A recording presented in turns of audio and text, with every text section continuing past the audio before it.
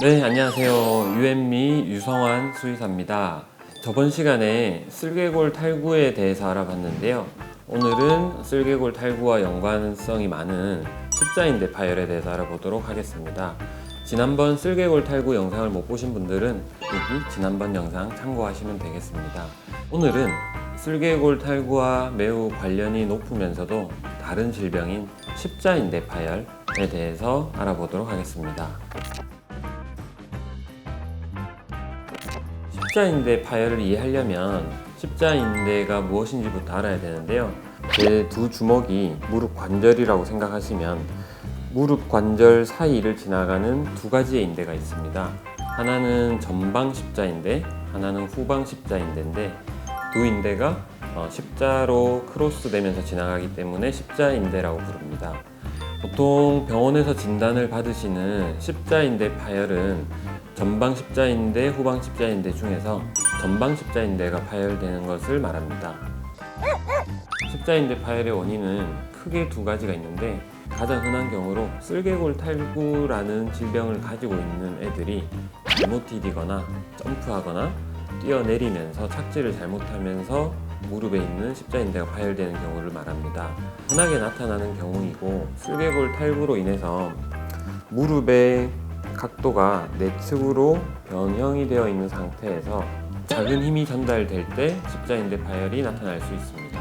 두 번째 경우는 슬개골 탈구가 없더라도 꽤 큰 충격이나 꽤 큰 힘이 무릎에 가해졌을 때 십자인대가 파열이 되는 경우도 있습니다. 십자인대 파열의 증상에 대해서 설명을 좀 드리겠습니다. 많이 헷갈려 하시는 것들이 슬개골 탈구가 있을 때 다리 증상과 십자인대 파열의 다리 증상을 많이 혼란스러워 하시는데요. 슬개골 탈구가 있는 친구들의 다리를 저는 증상은 다리를 절었다 썼다 혹은 잘 쓰다가 가끔씩 들고 있는 형태를 보이고요. 십자인대 파열의 다리를 저는 증상은 지속적으로 다리를 못 쓰거나 혹은 쓴다 하더라도 쓰는 순간마다 다리를 힘이 안 들어가면서 다리를 절게 됩니다. 십자인대 파열은 훨씬 더 심한 다리 파행 증상이 나타나기 때문에 치료 시기나 치료 방법 등이 매우 중요합니다. 그렇다면 십자인대 치료 방법에 대해서 설명을 좀 드릴 텐데요.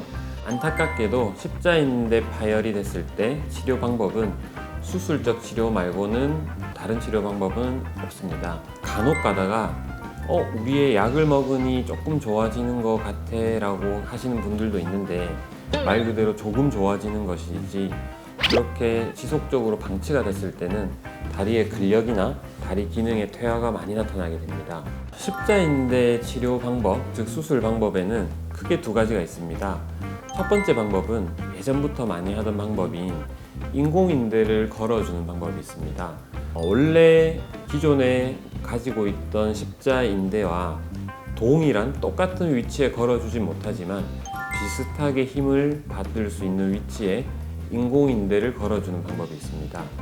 이 수술의 장점은 수술이 생각보다 간단하고 수술 시간도 짧습니다. 하지만 단점은 무게가 많이 실리는 경우 혹은 많이 활발한 경우는 수술 후 생활하면서 다시 끊어지거나 혹은 늘어날 수 있는 단점이 존재합니다.